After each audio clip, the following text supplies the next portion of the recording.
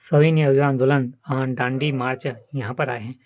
आंदोलन का विस्तार देश भर में यह आंदोलन तीव्र गति से फैला। स्वदेशी और बहिष्कार आंदोलन फिर से प्रारंभ हो गए। नागरिक अधिकारों को बाधित करने वाले कानून तोड़े जाने लगे। देश में हर जगह जनता हड़तालों एवं प्रदर्शनों और विदेशी वस्तुओं के बहिष्कार में भाग लेने लगी। किसानों ने मालगुजारी और लगान देने से इनकार कर दिया। इस आंदोलन की एक प्रमुख विशेषता स्त्रियों की भागीदारी थी। विदेश वस्त्र एवं शराब की दुकानों पर धरना देने में उनकी सक्रिय भूमिका रही। उत्तर पश्चिम छोर में पठान द्वारा सीमान गांधी खान अब्दुल गफ्फार खां के नेतृत्व उनके संगठन एवं खुदाई खिदमतगार ने सरकार को आर्थिक परेशानियों में डाला। उनका दल लाल कुर्ती दल कहलाता। पेशावर में उग्र संघर्ष, हथियारबंद गाड़ी जला दी गई और गढ़वाली सिपाहियों के दो प्लाटूनों ने पेशावर में मुस्लिम प्रदर्शनकारियों पर गोली चलाने से इनकार कर दिया। नागालैंड में अल्पवयस्क रानी गिन्नेल्यू ने विरोध का झंडा उठा लिया। उसने 1932 में बंदी बना लिया गया। आजीवन कारावास की सजा दी गई। सरकारी प्रतिक्रिया। ब्रिटिश सरकार ने अहिंसक भीड़ पर लाठियां बरसाई एवं गोली की बौछार की। गांधी जी तथा दूसरे कांग्रेस नेताओं समेत कुल 90,000 से अधिक सत्याग्रही एक वर्ष में गिरफ्तार कर लिए गए। सरकार ने कांग्रेस को गैर कानूनी संस्था घोषित कर दिया और पत्रिकाओं पर प्रतिबंध लगा दिया। सरकार की स्थिति भी गंभीरता को समझते हुए प्रथम गोलमेज सम्मेलन की घोषणा की, किंतु कांग्रेस द्वारा इसका बहिष्कार किया गया।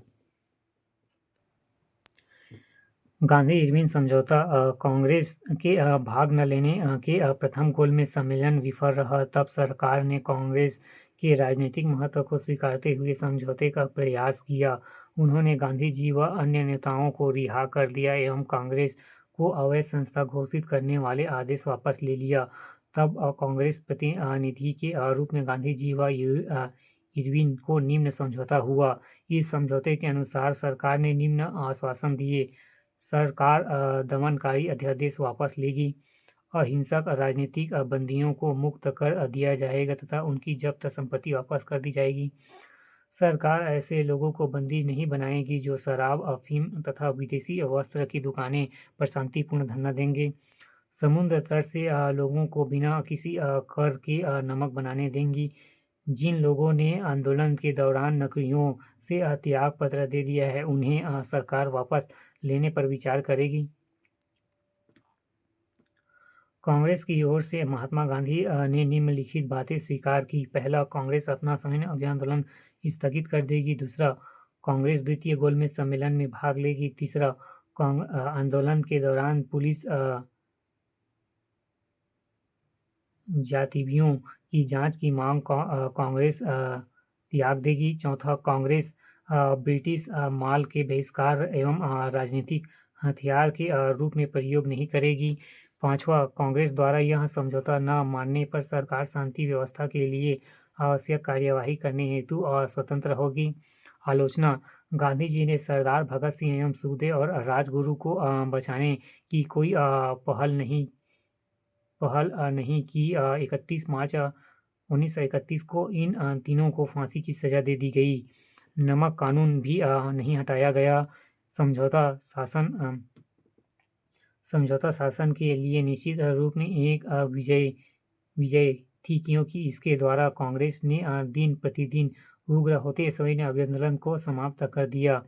गांधी जी को विश्वास था कि इरविन तथा ब्रिटिश सरकार भारतीय मांगों पर गंभीर थे। इस समझौते का महत्व इस बात से अनिहित है कि सरकार ने पहली बार कांग्रेस को बराबरी का दर्जा दिया।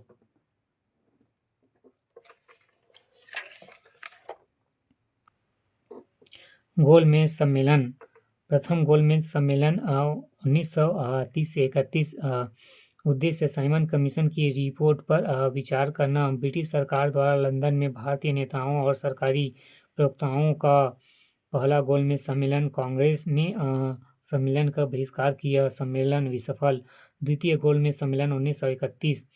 गांधी जी इरविन समझौते के अनुसार गांधी जी को दूसरे गोलमेज सम्मेलन में भाग लेने हेतु इंग्लैंड गए एवं तत्काल औपनिवेशिक स्वराज की मांग से इनकार सम्मेलन विफल रहा। तीसरा गोलमेज सम्मेलन 1932 लंदन में आयोजित किया। कांग्रेस द्वारा बहिष्कार। इस गोलमेज सम्मेलनों द्वारा भारत के सर्वाधिक प्रश्नों का हल ढूंढने का नाटक किया गया। कोई ठोस कदम नहीं उठाया गया। तीनों सम्मेलनों में कुछ निर्णय लिए गए जिन्हें 1935 में अधिनियमित में स्थान दिया गया। सविनय अवज्ञा आंदोलन का स्थगन एवं वापसी। गांधी जी इरविन समझौते 1931 के बाद यह आंदोलन स्थगित किया गया।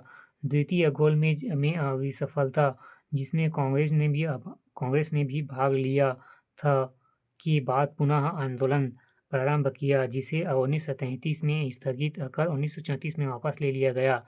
इस आंदोलन ने यह स्पष्ट कर दिया कि इंग्लैंड के द्वारा भारत पर कब्जा इस आंदोलन ने यह स्पष्ट कर दिया कि इंग्लैंड के द्वारा भारत पर जनता की इच्छा के बिना उसके विरुद्ध शासन नहीं किया जा सकता।